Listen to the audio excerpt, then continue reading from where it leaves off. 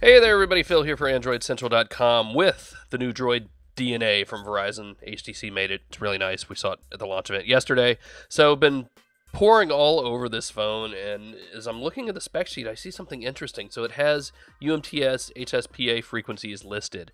That means GSM, and you see where I'm going with this, right?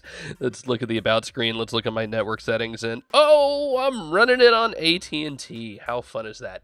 So actually, this phone does have GSM frequencies. Obviously, LTE is a GSM standard, so that's why those things are kind of compatible, but Verizon's left it completely wide open. So as long as you're on a network that has 850, 900, 1900, 2100 megahertz, it'll work just fine. And the way to do it is you pop in your SIM card, and then you just have to go change the APN settings, right? So anyone who's hacked their phone at all should be able to do this. It's really easy, and we'll have links to the APN settings in the forums.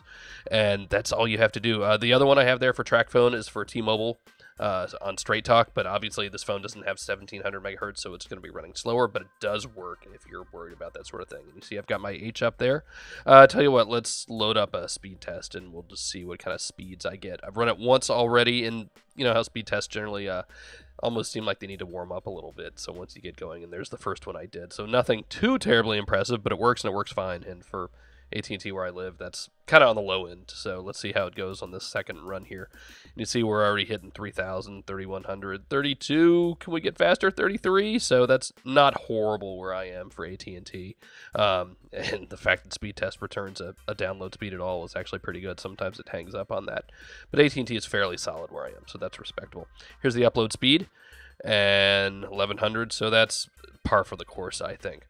So the bottom line here is Verizon has left GSM totally unlocked on this phone. Bless you, Verizon. I love that for all the crazy things you do. That's a really good one, and you can just pop in your SIM card and go. So there you go, GSM, AT&T on the Droid DNA. See ya. Jerry here from Android Central. If your wife won't let you run around naked, grab a kick-ass t-shirt from shopandroid.com.